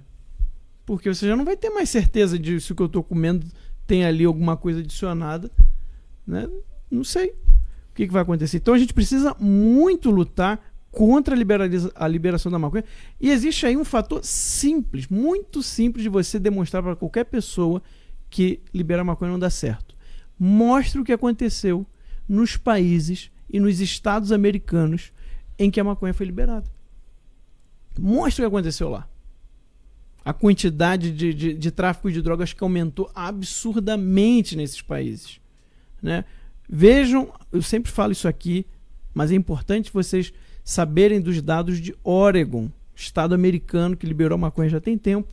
Eles acabaram de votar agora, nessa eleição do Trump e do Biden, tinham outras coisas sendo votadas em cada estado. E no estado de Oregon foi votado, tá, a legalização, né, ou a não punição da posse de heroína, cocaína e LSD. Começou como? Com liberação da maconha. Agora a posse de cocaína, heroína e LSD não é punida mais em Oregon. Em Oregon é o lugar onde o governo distribui à noite seringas. para a população na rua para uso de heroína. Você tem 10% da população de Oregon viciada em alguma substância. Você tem um condado de Oregon que está pedindo, pelo amor de Deus, me tira daqui, que quer ir para o estado de Idaho. Porque está virando a Zumbilândia lá. Então, o que acontece quando você começa a permitir esse tipo de coisa, esse tipo de substância, abertamente? Né? Você tem um problema social seríssimo de uma população inteira dependente de uma substância que não consegue mais nem trabalhar direito. Na Califórnia, que é outro lugar também que a maconha foi liberada, é onde está, por exemplo, 80% da população de rua do país todo. 80% da população de rua dos Estados Unidos está na Califórnia. Ou seja, vocês veem o que acontece com os lugares, o tipo de degradação do ser humano que acontece em lugares que as drogas são permitidas. E se você voltar na história, você ainda vai ver mais ainda a Índia, a China, onde tiveram ali a venda e o consumo de ópio, né, permitido, que a Inglaterra lucrou muito. Tá? Uma grande mácula na história da Inglaterra, por sinal, né, ter alimentado esse tipo de coisa. Acabou com a população. Acabou com a população inteira de um país viciada naquela substância. Né? Tanto que o Marx usa o ópio, né, como uma comparação de algo ruim. É irônico isso, Neito. Pois é. Ele usa o ópio como figura de linguagem para falar da alienação do povo. Quando ele fala assim que a religião é o ópio do povo, ele tá criticando, não é um elogio, não. Pois é. Hoje ainda tem o perigo de alguém achar que isso é um elogio. Pois é. É verdade.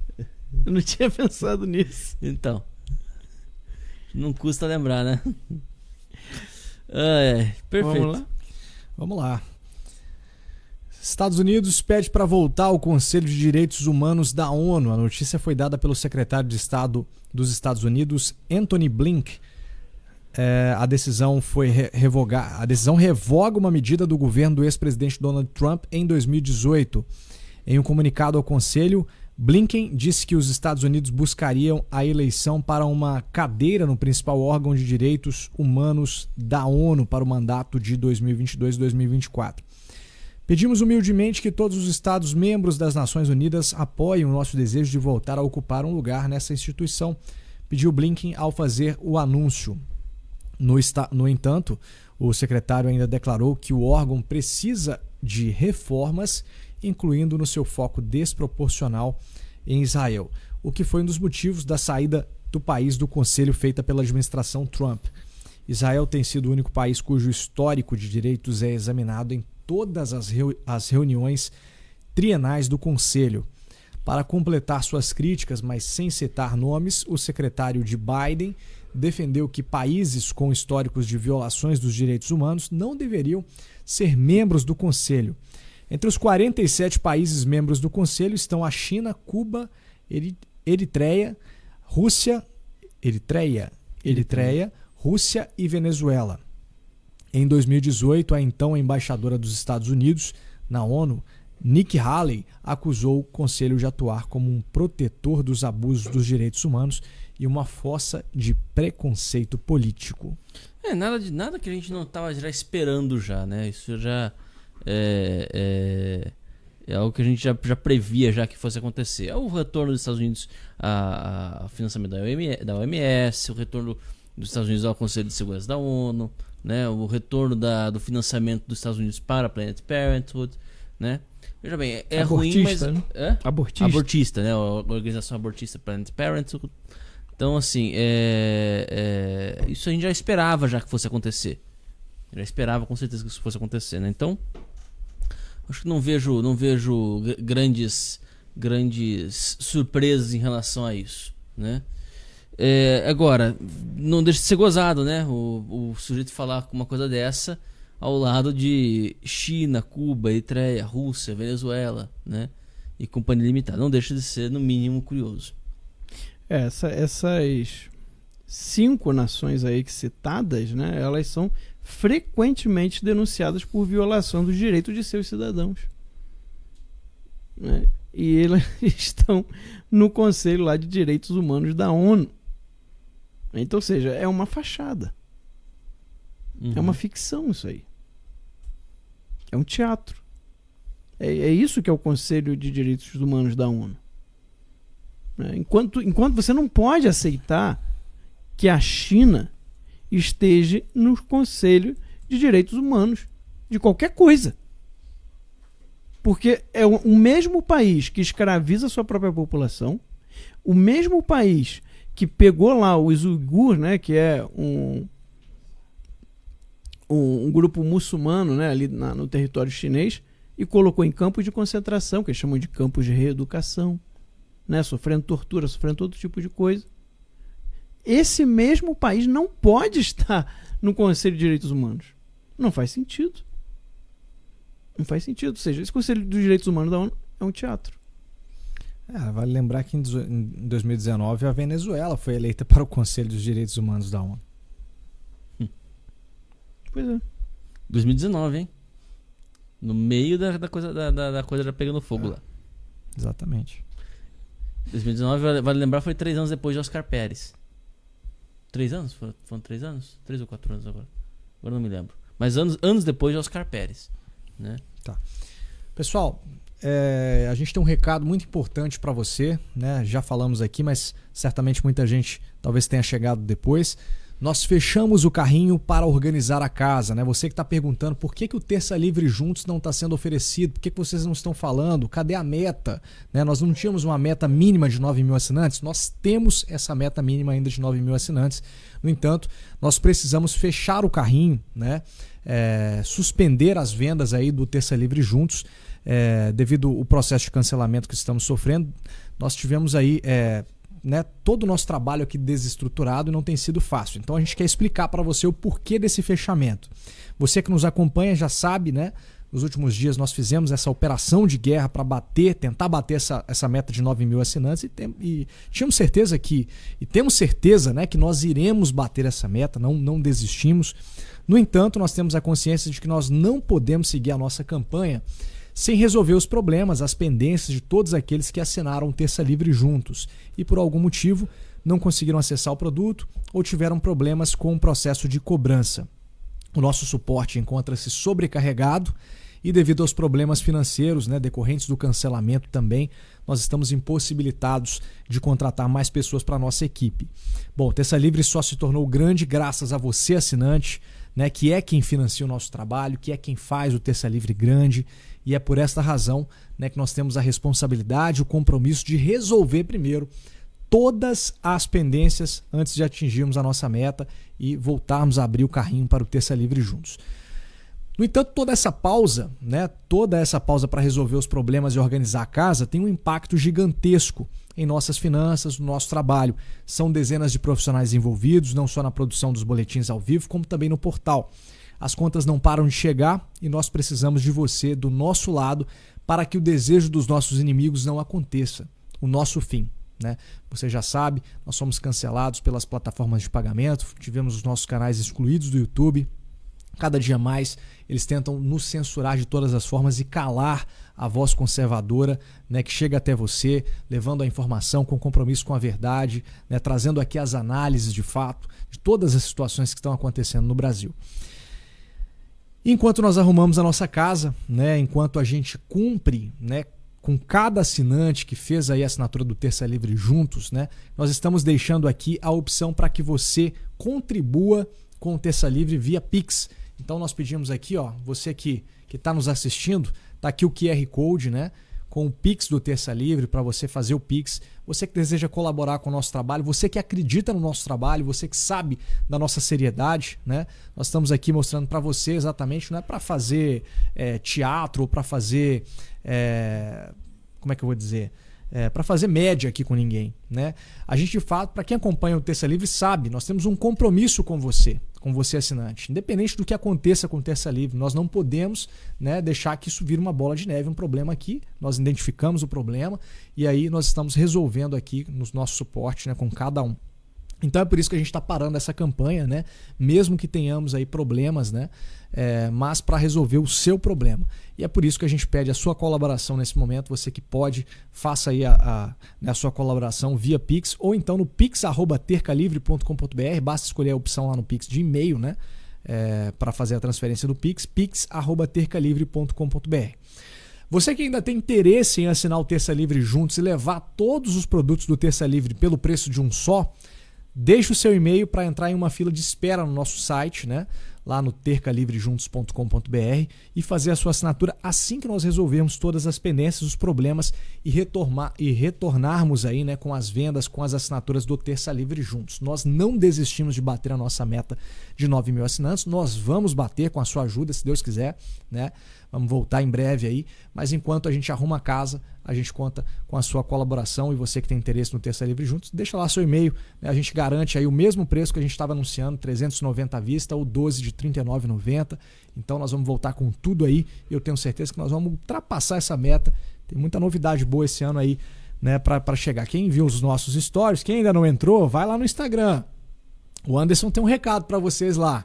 Né? Quem viu os nossos stories já está sabendo da novidade que nós vamos ter aí nos próximos dias. Então, assim, mesmo em meio a essas dificuldades todas aí, né, o Terça Livre está aqui de pé na batalha e nós vamos vencer isso com a sua ajuda, tá certo, pessoal? Isso aí. Perfeitamente, então. Isso aí, 10 horas em ponto, né? Tá na hora de encerrar. Nós agradecemos aí a sua participação, a sua audiência pelo Twitch TV, pelo Facebook, pelo Instagram. E nós voltamos amanhã às 10 da manhã aqui no Boletim da Manhã. Fiquem com Deus, uma ótima noite para você.